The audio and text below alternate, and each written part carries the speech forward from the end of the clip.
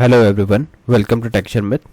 आज के इस सेशन में हम देखेंगे कि एंगुलर में राउटर लिंक एक्टिव डायरेक्टिव क्या होती है, क्यों हमें इसे यूज़ करना चाहिए और क्या उसके बेनिफिट्स हैं।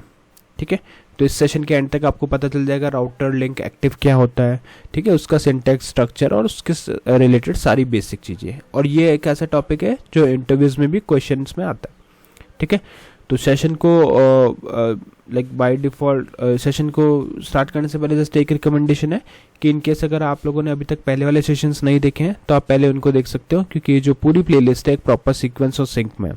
तो अगर आप उसको सिक्वेंशियली फॉलो करोगे तो और भी ज़्यादा ईजी रहेगा आप लोगों के लिए ऑनगोइंग टॉपिक को समझना और उसको इम्प्लीमेंट करना, क्योंकि अभी के लिए अपनी मेन प्रायोरिटी क्या है कि कैसे हम जो राउटर लिंक एक्टिव है उसको यूज़ करें, ये हमें सीखना है। ठीक है, और सिक्वेंशियल सेशन के लिए आप लोग टेक्सचर में डिजिटल कोर्स बुक को रेफर कर सकते हो, जो आपको फ्रीली अवेलेबल मिल जाएगा डिस्क्रिप्शन बॉक्स में। वहाँ से आप लोग उसको रेफर करके और किसी भी टेक्नोलॉजी को, नॉट ओनली एंगुलर, बाकी चीज़ों को भी आप सीख सकते हो। तो आप सेशन को स्टार्ट करते हैं। देखो यहाँ पे हमने app.component.html लिखा हुआ है, एक फाइल है हमारी app.component.html, उसके अंदर हमने एक हेडिंग लिखी हुई है Angular 19 course by Texture Myth. अब इसके बाद में हम एक सेकेंडरी हेडिंग डालेंगे H2 और इसको इस हेडिंग में हमारा आज का टॉपिक आ जाएगा। तो आज का टॉपिक क्या है? Router link active in angular. तो ये अपना मेन आज का पर्पस है कि राउटर लिंक एक्टिव क्या होता है, इसको हमें समझना है। इसको सेपरेट आउट करने के लिए अपन यहाँ पे एक HR टैग डाल देंगे, जिससे कि एक हॉरिजॉन्टल रो हमें यहाँ पे मिलेगी।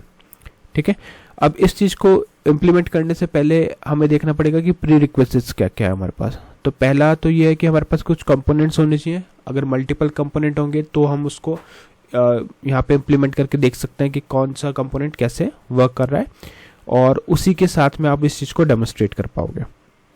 तो कंपोनेंट्स को बार बार सेपरेट क्रिएट करने से बेटर है कि जो हमने ऑलरेडी क्रिएट किए हुए उन्हीं को यूज़ करें। जैसे यहाँ पे हमने एक पहले कंपोनेंट किया था अबाउट नेम से क्रिएट, तो उसके अंदर हमने एक हेडिंग में डाला हुआ था अबाउट पेज। उसी तरह से हमारे पास सेकंड कंपोनेंट था कॉन्टैक्ट, जिसमें हमने लिखा हुआ था कॉन्टैक्ट पेज। थर्ड था हमारे पास नॉट फाउंड, जो एक हम वाइल्ड कार्ड के लिए यूज़ करते हैं, बट अभी उसको यूज़ नहीं करेंगे। तो ये बट इसमें लिखा हुआ है पेज नॉट फाउंड, अगर इन केस किसी को यूज़ करना हो तो। और एक है हमारे पास सर्विसेज नेम से कंपोनेंट। ये सर्विस नहीं है, ये कंपोनेंट है जिसके अंदर हमारे पास सर्विस पेज लिखा हुआ है। ठीक है, तो ये सारे कंपोनेंट्स हैं जिसे हम यूज़ करेंगे अपने राउटर लिंक एक्टिव को डेमो को कंप्लीट करने के लिए। अब कंपोनेंट्स हैं, कंपोनेंट्स के बाद में हमें, और इन केस अगर किसी को कंपोनेंट क्रिएट करना नहीं आता तो सिंपल सी ये कमांड रन कर सकते हैं। फॉर एग्जांपल अगर हमें अबाउट कंपोनेंट क्रिएट करना है तो उसके लिए आपको यहाँ पर लिखना पड़ेगा ng angular g generate c component और कंपोनेंट का नेम। जैसे मुझे क्रिएट करना है अबाउट नेम से, तो यहाँ पे लिख देंगे अबाउट। अब वो अबाउट कंपोनेंट क्रिएट कर देगा 4 फाइल्स के साथ में, जो ये 4 फाइल्स हैं आपके पास। और उसमें यहाँ पे लिखा हुआ था normally by default about works, but उसको मैंने रिप्लेस कर दिया यहाँ पे अबाउट पेज से। बस इतना ही हमने चेंज किया। ठीक है, तो आई होप ये लोग आप लोग क्रिएट कर पाओगे। कोई भी डाउट रहता है तो आप कमेंट सेक्शन में भी पूछ सकते हो। ठीक है, कंपोनेंट्स रेडी हो गए। अब हमें इसको कॉन्फ़िगर करना है। तो कॉन्फ़िगर करने के लिए चलेंगे app.component.html पे, app.route.ts पे, और यहाँ पे हम इसको कंपोनेंट्स को कॉन्फ़िगर करेंगे। तो बाय डिफ़ॉल्ट ये आपको इस तरह से दिखेगा। इसको आपको एक्सपेंड करना है और एक एक करके यहाँ पे सेट करना पाथ, जो हम ऑलरेडी कवर कर चुके हैं, है ना। तो यहाँ लिखेंगे पाथ कॉलन, यहाँ पे आ जाएगा आपका पहला पाथ। जैसे मुझे यहाँ पे यूज़ करना है अबाउट, तो मैं लिख दूंगा अबाउट। यहाँ पे कॉमा देंगे, यहाँ पे लिखेंगे कंपोनेंट, और कंपोनेंट का नेम आ जाएगा क्या? About component. परफेक्ट, देंगे कॉमा। सेकंड हम यहाँ पे देंगे पाथ कॉलन, इधर आ जाएगा कॉन्टैक्ट कंपोनेंट कॉलन, और यहाँ पे आ जाएगा अपना दूसरा कंपोनेंट कौन सा है? Contact component. फिर हम देंगे एक और कॉमा, इधर देंगे कर्ली ब्रेसेस, यहाँ आ जाएगा पाथ, और इधर आ जाएगा अपना सर्विसेज वाला कंपोनेंट। मैं नॉट फाउंड कंपोनेंट का भी यूज़ नहीं कर रहा, सर्विसेज मैंने यहाँ लिख दिया। वो वाइल्ड कार्ड के लिए अपन ने ऐड किया था, तो वो मे बी वहाँ पे आपने देखा होगा सेशन में कैसे यूज़ होता है, तो वही उसके लिए था, बस एक्स्ट्रा बनाया हुआ है अभी। इधर आ जाएगा कंपोनेंट का नेम सर्विसेज कंपोनेंट। परफेक्ट, इतना रेडी है। ठीक है, एक कॉमा यहाँ पे दे के रखेंगे और इसको सेव कर देंगे। तो अब ये चीज़ आपको पता होनी चाहिए कि जैसे ही हम ये चीज़ें लिख रहे हैं तो वो ऑटोमेटिकली इंपोर्ट भी कर रहा है उनको, है ना, तो ये इंपोर्ट होना इंपॉर्टेंट है, अदरवाइज वो वर्क नहीं करता। कई बार क्या होता है एडिटर इसको इंपोर्ट मैन्युअली ऑटोमेटिकली नहीं करता, तो उस केस में आपको मैन्युअली इसको इंपोर्ट करना पड़ेगा। ठीक है, पाथ कॉन्फ़िगर हो गया।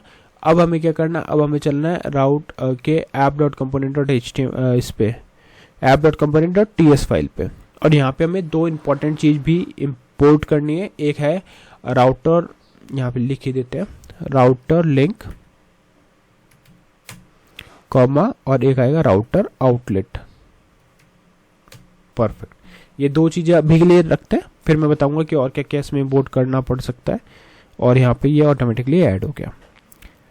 ये दोनों चीज़ इंपोर्ट होने के बाद में, कंपोनेंट कॉन्फ़िगर होने के बाद में, अब आप डायरेक्टली इसको यूज़ कर सकते हो। तो चलते हैं app.component.html पे, यहाँ पे दो HR टैग रखते हैं जिससे कि दोनों चीज़ें सेपरेट आउट प्रॉपरली हमें दिखे।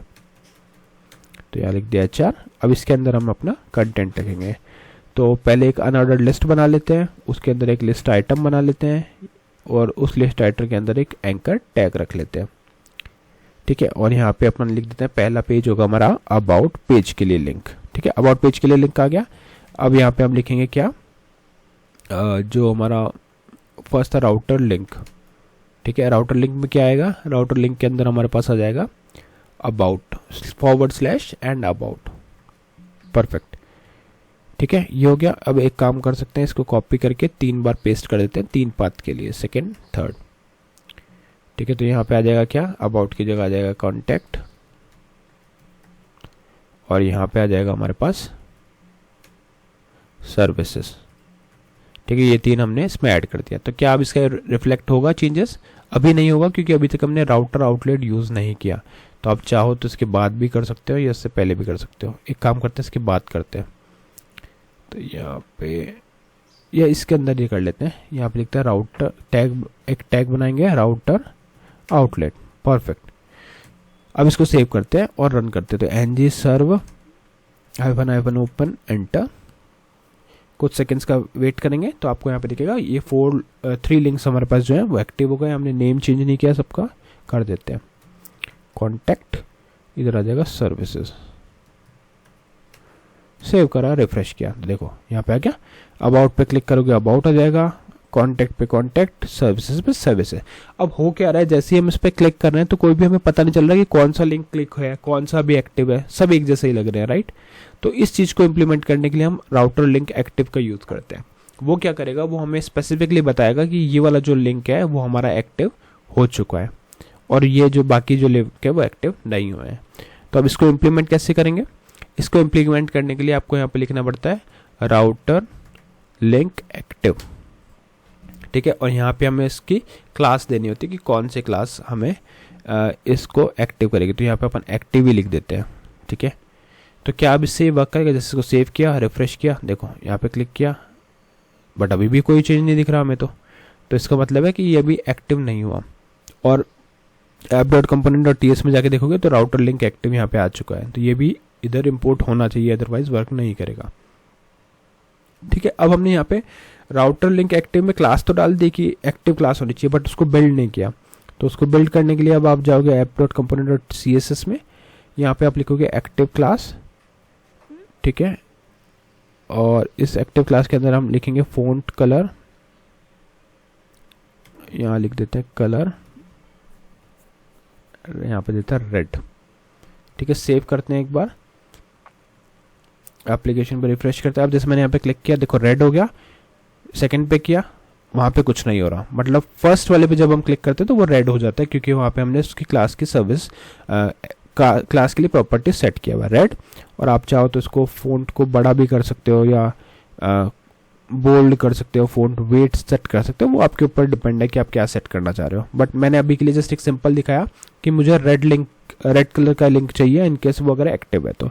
बट ये बाकियों में वर्क क्यों नहीं कर रहा, तो बाकियों में इसलिए वर्क नहीं कर रहा क्योंकि अभी हमने इसको सेट नहीं किया। तो उसके लिए आपको इसको कॉपी करना पड़ेगा, राउटर लिंक एक्टिव को कॉपी करके बाकियों में भी डाल देंगे। इसमें एक इशू भी आता है, वो मैं आपको बताऊंगा कि कैसे सॉल्व होता है। मे बी नेक्स्ट सेशन में उसको हम सेपरेटली ही कवर कर लेंगे, अदरवाइज कन्फ्यूजन हो जाएगा एक साथ इतना सब कुछ। ठीक है, अब देखो यहाँ पर रिफ्रेश किया, अब जो भी लिंक एक्टिव है वही रेड होगा। मैंने अबाउट पे किया, अबाउट रेड है। मैंने यहाँ पे किया, कॉन्टैक्ट रेड है। इनकेस सर्विसेज पे करता हूँ, सर्विसेज वाला रेड है। ठीक है, एक चीज़ और थी इसमें इंपॉर्टेंट, जैसे यहाँ पे इसको क्लियर अप करते हैं, ng सर्व हाइफन ओपन एंटर।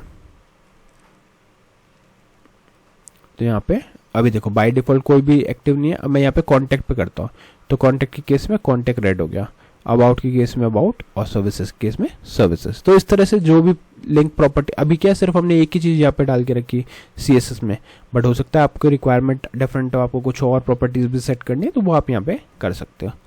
ठीक है, तो आई होप आज का ये सेशन क्लियर हुआ होगा। नेक्स्ट सेशन में हम बाकी टॉपिक डिस्कस करेंगे। So thank you for watching texture math.